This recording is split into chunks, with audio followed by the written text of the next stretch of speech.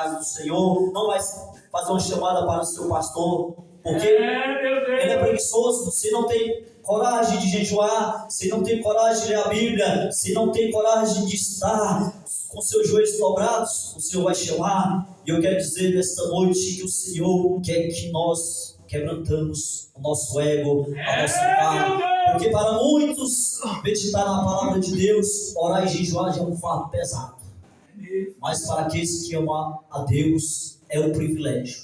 Aqueles que jejuam, aqueles que meditam na palavra, como fala o salmista no Salmo 21, que bem-aventurado é o homem que medita na sua lei, e na sua lei medita de dia e de noite. Aquele que tem um prazer na lei do Senhor, aquele que está meditando de dia e de noite. Olha, porque Deus não procura preguiçosos. Veja bem, por que eu falei, não se preocupe. Paulo estava pregando, pregou a noite todinha. O Eutico caiu lá, Paulo pôs a mão, levantou. Aqui, porque eu falei que o culto vai render. Eu queria dizer que eu tinha e tenho o maior prazer que essa mensagem fosse pregada até no congresso, mas o congresso de Deus hoje está aqui. Os gideões de Deus estão aqui para que o nome do Senhor seja glorificado. Em 2 Coríntios 11:27, Paulo vai falar em trabalhos e fadiga, em vigílias muitas vezes, em fome e sede, em jejum muitas vezes, em frio e nudez. Eu quero dizer aqui, como Paulo falou, está na hora de nós sairmos do comodismo. Nós somos muito acomodados. Os crentes são folgados. O povo mais folgado que tem na face da terra são os crentes, porque eles são preguiçosos. Então está na hora de fazermos as coisas para Deus, porque Deus honra aqueles que obedecem a sua palavra, obedecem as suas chamadas, aqueles que estão à sua disposição. Deus está procurando quem está com disposição de estar na sua obra. Por isso que o próprio Senhor Jesus vai falar em João 5,17: meu Pai trabalha até agora e eu também, disse Jesus.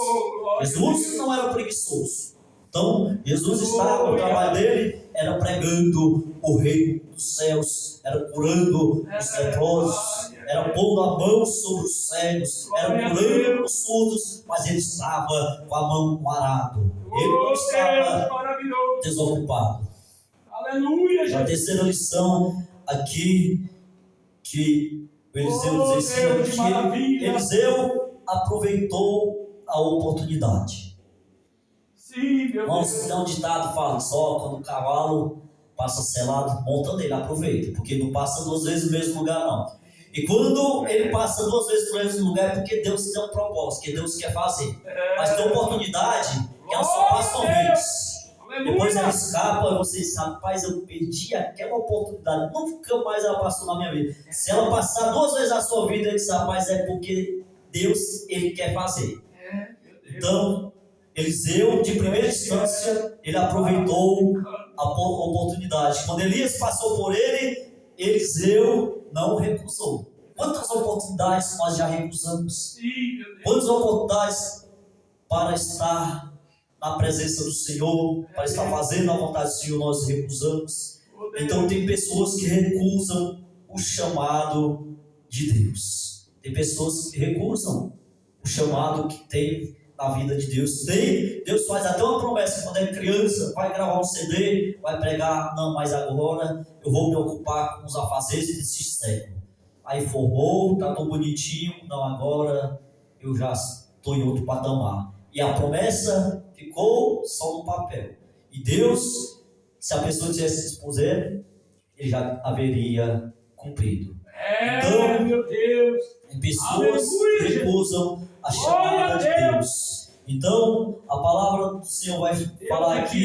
Deus é poderoso. E Elias passou por ele e lançou a capa sobre ele. Eliseu aproveitou a oportunidade.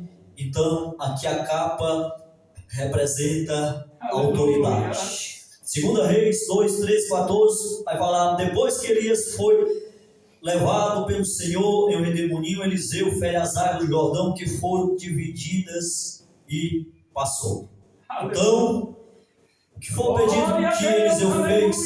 Ele falou antes que tivesse a porção dobrada do espírito de Elias. Mas o que eu quero dizer, que ele respeitou a autoridade, porque tem pessoas que não respeitam ou não obedecem a autoridade espiritual, no caso que é o pastor. Então, se alguém fere ou não respeita a autoridade ou não obedece, mas ele dizer, não tem como ele ter um grande chamado na obra de Deus. Então, pouco obedecem a Deus. Tem pessoas que conhecem a palavra de Deus, mas fazem dizer, são os verdadeiros desobedientes. Mas aqui o quarto chamado que Eliseu nos ensina, que o chamado não dá para ter tudo. Nós vamos ver aqui que o chamado não dá para ter tudo.